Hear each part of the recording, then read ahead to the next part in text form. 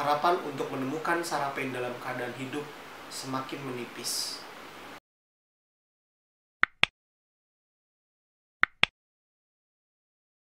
Hai YouTube, terima kasih telah mengklik video ini dan selamat datang di Aquilas Room. Anak adalah anugerah yang sangat dinanti-nantikan oleh setiap orang tua. Dan mereka mungkin sangat dirawat, dijaga, bahkan sejak masih dalam kandungan orang tuanya. Sebagaimana yang kita ketahui, semakin besar, anak-anak itu cenderung suka untuk bermain, baik bersama teman-temannya maupun dengan saudara-saudara kandungnya. Tapi mereka belum mengerti mana bahaya, mana yang boleh dilakukan dan tidak boleh dilakukan. Tidak jarang terjadi hal-hal yang mungkin sangat kita tidak inginkan sebagai orang tua terhadap anak kita saat mereka sedang bermain. Sebagaimana untuk kasus yang akan kita bahas ini, yaitu mengenai kasusnya Sarah Pain yang terjadi di negara Inggris. Sebagai wawasan bagi setiap orang tua maupun calon orang tua, tentu kalian perlu untuk menyimak video berikut ini. Sarah Evelyn Isobel Pain, atau lebih dikenal dengan nama Sarah Pain, yaitu seorang gadis berusia 8 tahun yang lahir pada tanggal 13 Oktober 1991 di kota Walton, tepian sungai Thames, wilayah Elmbridge, Inggris. Sarah Pain memiliki saudara kandung berjumlah 3 orang. Jadi dia anak ketiga dari 4 bersaudara, dari pasangan ayah bernama Michael dan ibu bernama Sarah. Jadi Sarah Pain ini punya kakak laki-laki 2, yang pertama namanya Lee, lalu ada Luke, dan adik perempuannya namanya Charlotte. Lee sendiri berumur 13 tahun saat kejadian, dan Luke 11 tahun, Sarah Pain 8 tahun, dan Charlotte 6 tahun. Keluarga Sarah Pain ini sedang berlibur ke rumah nenek dan kakeknya di wilayah Sussex, Inggris pada tanggal 1 Juli tahun 2000. Jadi Sarah Pain ini sedang bermain petak umpet dengan saudara-saudara kandungnya, yaitu Lee, Luke, dan Charlotte di ladang jagung dekat rumah neneknya. Dan ladang jagungnya ini tuh kebetulan dekat dengan tepian pantai di wilayah Sussex, Inggris. Lalu si Sarah Pain ini lari ke arah jalan raya dan dikejar oleh saudara kandungnya yang paling tua, yaitu Lee, 13 tahun. Tapi Sarah Pain ini larinya lebih cepat mungkin, atau mungkin dia ketutupan sama pohon-pohon jagung. Setelah dicari ternyata tidak bisa ditemukan, lalu kemudian Lee dan saudara-saudara lainnya yaitu Luke dan Charlotte kembali pulang ke rumah neneknya dan melaporkan bahwa Sarah Pain ini hilang ketika bermain petak umpet bersama mereka. Dan ketika ditanya atau diinterogasi oleh neneknya, si Lee ini mengaku dia melihat sebuah mobil van putih yang kebetulan melintas di ladang jagung tempat mereka bermain bersama saudara-saudara kandungnya. Sementara itu neneknya mungkin meminta bantuan oleh orang-orang sekitar atau tetangga-tetangganya untuk membantu mencari si Sarah Pain ini di ladang jagung tempat mereka bermain petak umpet. Tapi tetap tidak ditemukan. Akhirnya si neneknya melaporkan kejadian ini ke kepolisian di kota Sussex, Inggris. Setelah dilaporkan ke pihak kepolisian, maka di hari yang sama, yaitu pada tanggal 1 Juli tahun 2000, polisi kemudian menyusuri setiap ujung petak lahan jagung tempat di mana Sarah Pain terakhir bermain bersama saudara-saudara kandungnya. Tapi di hari tersebut, pencarian tidak membuahkan hasil apapun. Setelah 1 hari kemudian dicari tidak ditemukan, maka di tanggal 2 Juli tahun 2000-nya, polisi dan pemadam kebakaran di kota Sussex, Inggris menerjunkan 50 orang anggotanya untuk membantu mencari Sarah Pain. Banyak sekali sukarelawan yang ikut juga membantu mencari Sarah Pain itu sendiri. Jadi total yang mencari Sarah Pain di hari kedua adalah 130 orang. Tapi tetap keberadaan Sarah Pain belum ditemukan. Dan di hari yang sama, yaitu tanggal 2 Julinya tadi, polisi mulai membuka kembali berkas-berkas narapidana atau mantan tahanan yang pernah ditahan dengan kasus-kasus yang mirip modusnya atau mirip motifnya dengan kejadian Sarah Pain ini. Salah satu orang yang dicurigai adalah Roy Whiting. Jadi si Roy Whiting ini sempat didakwa 4 tahun penjara karena kasus percobaan penculikan terhadap anak-anak juga ya.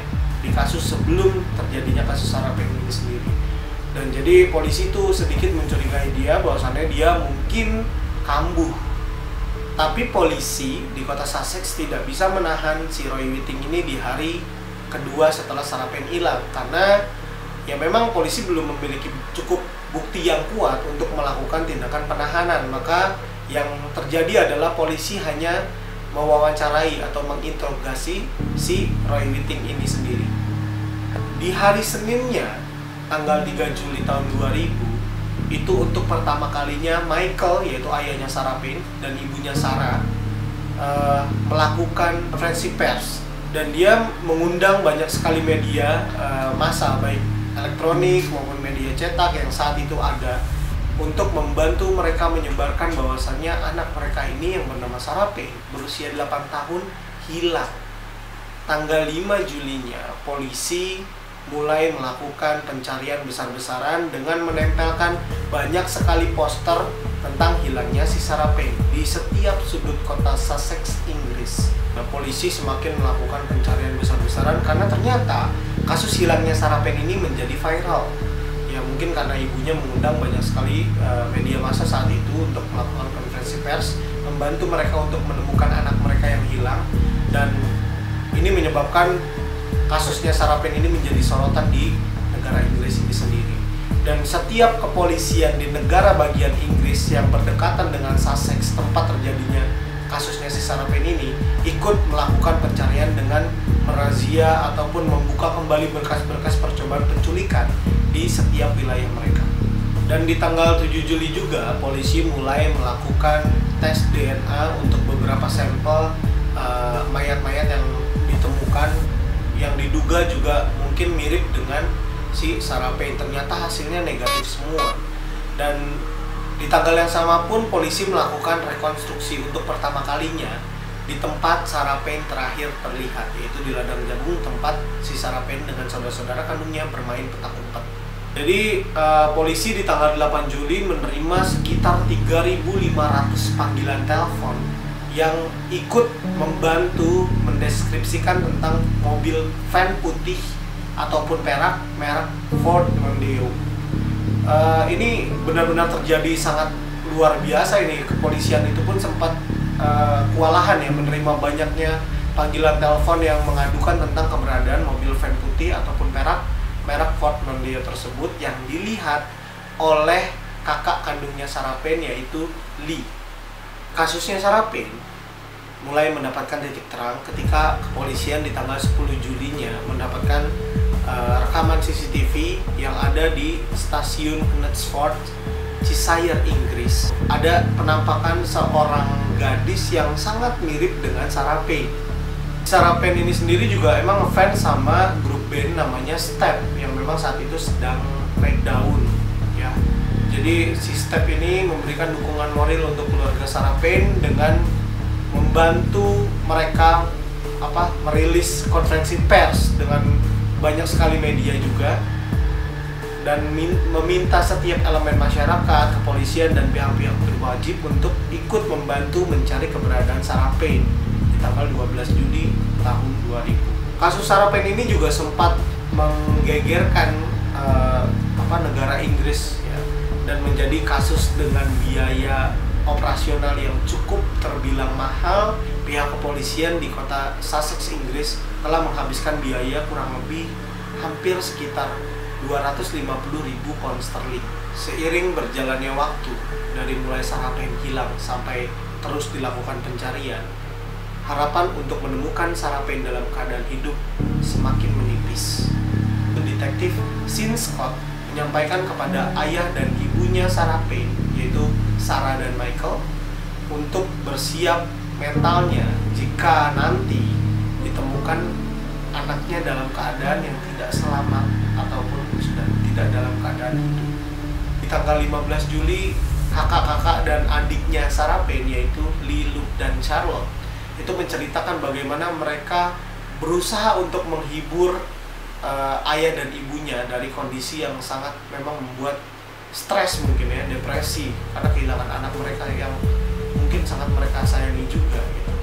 Dan hal ini membuat media ataupun orang-orang yang menonton siaran tersebut dan ingin sekali membantu kasusnya Sarah Paine agar cepat terungkap.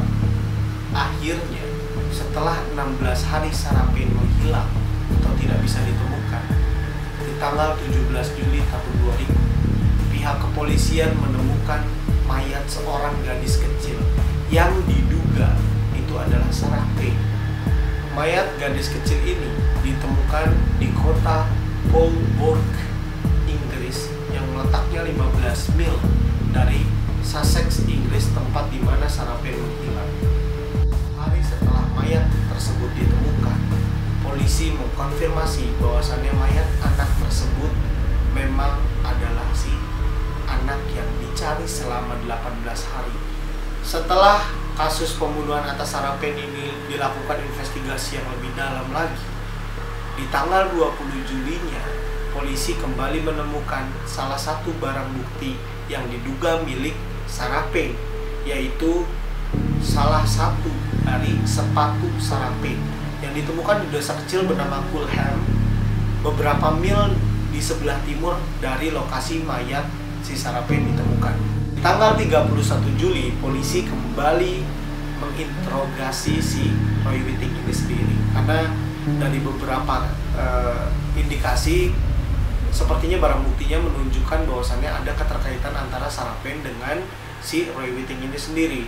Namun di tanggal yang sama, lagi-lagi Roy Whiting dibebaskan dari kantor kepolisian Sussex karena memang belum ada barang bukti yang benar-benar valid untuk menahan si Roy Whiting. Setelah hampir 2 bulan mayatnya si Sarah Paine ini ditemukan, dari mulai hilangnya ya di tanggal 1 Juli tahun 2000, mayat Sarah Paine sendiri baru bisa dikuburkan di tanggal 31 Agustus tahun 2000. Mayat Sarah Paine dikuburkan di gereja St. Peter's di kota Hersham, dekat dengan sekolah tempat si Sarah Paine mengenyam pendidikan yang terakhirnya ya sebelum meninggal, yaitu di sekolahnya di Burhill, Burhill Primary School.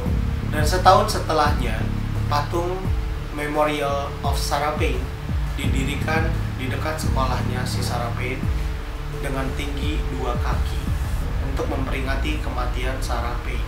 Di tahun 2001, tepatnya di tanggal 6 Februari, yaitu Roy Whiting kembali ditangkap oleh pihak kepolisian. Kakak kandungnya si Sarah Paine yang berusia 11 tahun, yaitu Luke, tapi saat itu sudah 12 tahun ya usianya berarti.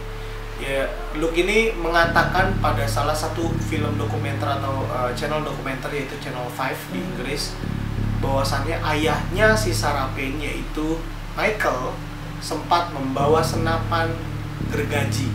Saya juga belum pernah lihat bagaimana bentuknya senapan gergaji itu sendiri, tapi dia membawa senapan gergaji ke persidangan. Jadi kalau si Roy Whiting ini tidak didakwa bersalah, maka ayahnya hendak menembak si Roy Whiting di persidangan. Dan Roy Whiting baru bisa diadili di tanggal 12 Desember tahun 2001. Ya hampir 1 tahun ya kasusnya Sarah Paine ini jadinya. Dan dia didakwa itu dengan barang bukti, yaitu berupa beberapa helai rambut Sarah Paine yang kemudian ditemukan di van putih milik Roy Whiting.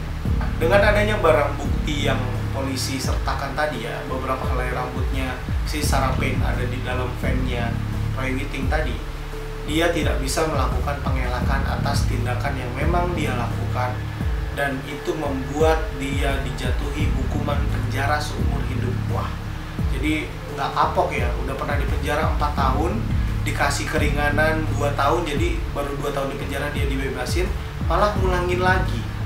Roy Whiting sendiri dijatuhi atau didakwa dengan luar biasa sekali, pasalnya berlapis. Jadi mulai dari penculikan, pelecehan seksual, jadi Sarah Paine sempat diduga dilecehkan secara seksual oleh si Roy Whiting ini sendiri, dan kemudian pembunuhan berencana yang membuat Roy Whiting didakwa dengan penjara seumur hidup.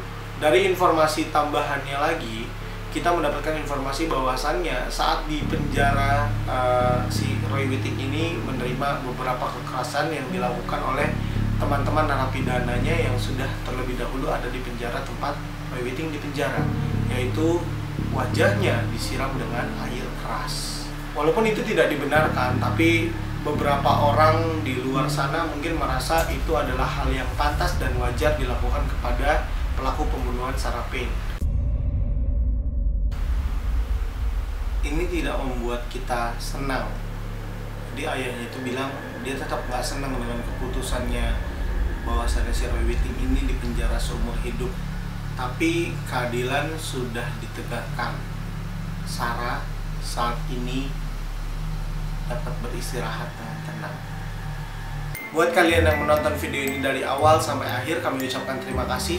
Dan jangan lupa untuk klik subscribe channelnya Akvilas Room agar kalian bisa banyak mendapatkan informasi seputar dunia kriminal, horor, misterius, dan banyak hal seru lainnya yang akan Akvilas Room bahas. Dan jangan lupa untuk like video ini jika kalian menyukainya, dan share juga video ini ke seluruh akun media sosial kalian agar makin banyak orang-orang yang tahu dan sama-sama aware untuk menjaga anak-anak yang ada di sekitar lingkungan kita, sehingga kasus-kasus seperti ini tidak terjadi di lingkungan sekitar kita juga.